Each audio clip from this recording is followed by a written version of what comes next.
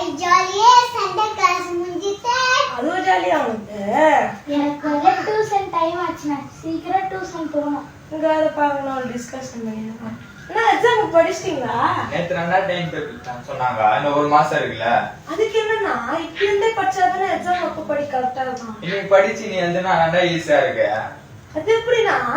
டேய் நேத்து நான் எக்ஸாம் பத்தி பேசினாங்க. இன்னும் ஒரு மாசம் இருக்குல்ல பாத்துக்கலாம். அண்ணா அன்னைக்கு படிச்ச அன்னைக்கு அப்படியே எழுதிட்டு போயிடுங்க. டேய் நான் பெரியவனா நீ பெரியவனா? இப்பலாம் பேசாத. டேய் நான் சொல்லிட்டு நான் கேக்குறேன். டேய் அப்ப ரெண்டா ஞாபகம் இருக்கும். சண்டை போட்டுட்டு இருக்காங்க. நீங்க பேசினதெல்லாம் நான் கவனிச்சுட்டு தான் இருந்தேன். அதுக்குதான் அன்னைக்கு பாடத்தை அன்னைக்கு படிச்சதா உங்களுக்கு நல்லது. எக்ஸாம் டைம்ல நீங்க படிச்சீங்கன்னா அது உங்க மைண்ட்லயே இருக்காது, உங்களுக்கு சீக்கிரமா மறந்துடும்.